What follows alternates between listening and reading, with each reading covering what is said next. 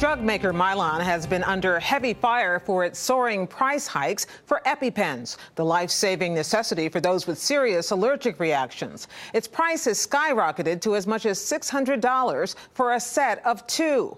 At first, Mylan offered financial assistance to customers, but after mounting pressure, the company said it now will release a generic version for half the price. To give us some perspective on how this case is different, Schondelmeyer studies this closely at the University of Minnesota, and Andrew Pollack covers pharmaceuticals for the New York Times. Gentlemen, welcome. Andrew Pollack, I want to start with you and ask you to explain just basically what's the difference here? What's the big deal between a generic EpiPen and the kind that this company has been producing and selling at such a markup?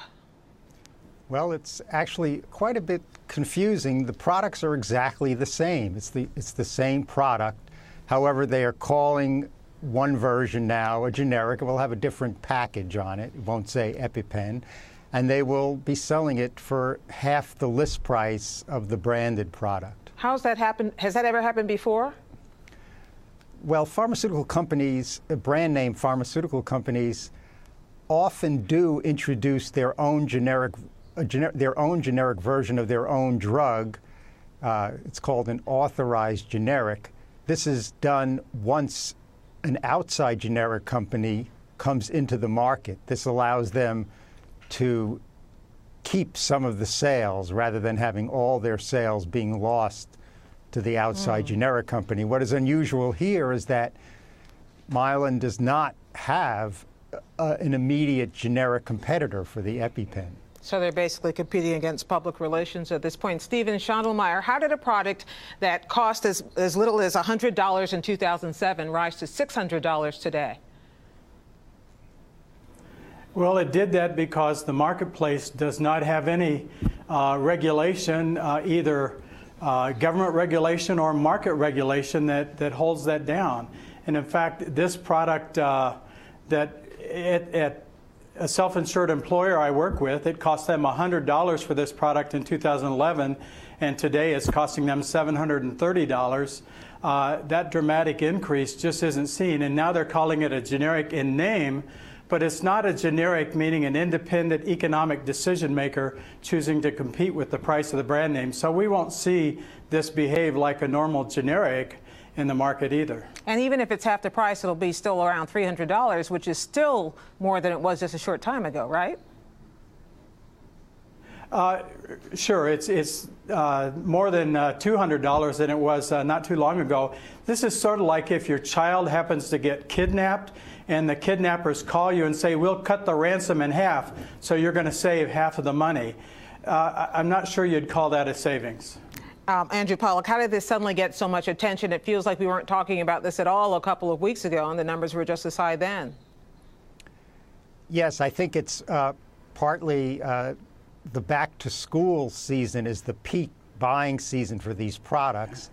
This year you had many parents buy more than in the past, having high-deductible insurance plans where, having not met their deductibles, they had to pay the entire price. This started spreading on social media, and a big furor arose. So social media was the driving force behind this furor, by this uprising, as it were? Yes, my colleague Tara had an article on this a couple of days ago. Tara Parker Pope, right. Yes. Schondelmeyer, I want to ask you a little bit about how this could have been avoided. Could this, for instance, the first thing that Mylan did was offer coupons to reduce the price. Now that today they've talked about making available a generic version. Is there any other thing they could have done to bring this price down, or was this simply a force of the markets? Well, I think Mylan could have avoided raising it so dramatically in the first place. This is a product they've been raising 9.9% at a time for 2 or 3 times a year, and then in the last 2 years, they've started raising it 14.9% at a time for 1 or 2 or 3 times a year.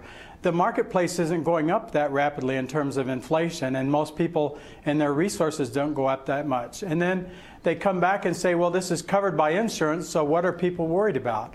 Well, the insurance company doesn't pay for this drug.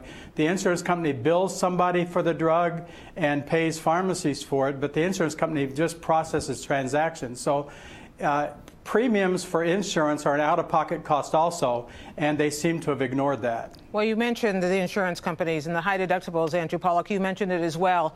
How much is this driven? The company says this is driven in part by the high deductible health care plans, and that's where the problem lies, not what the pricing structure they create for the drug. Well, this has been sort of a perennial battle between the pharmaceutical companies, not just Mylan, and the insurers, each blaming the other. But in defense of the insurance companies, I mean, they say they have to take some measures because the price keeps going up. And it's part of the playbook of all the drug companies, especially those with high-priced drugs, to try to cushion the consumer and, bill the insurance company. This does seem like we're kind of chasing our tails here. There's the price, which drives the insurance, which drives the price, and caught in the middle of all of this is the person who's trying to make use of the drug. So, Stephen Schondelmeyer, let me ask you something about why this one. We've heard lots of talk before, and on this program we've talked about the high cost of pharmaceuticals. Is it because this is something which is used for children, and that has gotten people angry in a different way? Well, I think partly because it's used for children, and also because this is literally a drug about life and death. If you don't have it, there's a high probability a patient could die without access to this drug. Also, this is a drug that you have to have on hand to prevent a problem. So the patient may have to have 1 or 2 doses at home, 1 at their cabin up north, 1 or 2 doses at school. And a school may have 40 or 50 EpiPens, and technically, right now, the nurse can't use one patient's EpiPen for another patient. So we may need to look at some alternative policies of how these are used at schools, much like we have with the naloxone, that these become readily available and they could have a supply at the school on hand and use it for whoever needs it at the time, rather than each patient having to have one. So this is about so much more than price. Professor Stephen Schondelmeyer at the University of Minnesota and Andrew Pollack of the New York Times, thank you both very much.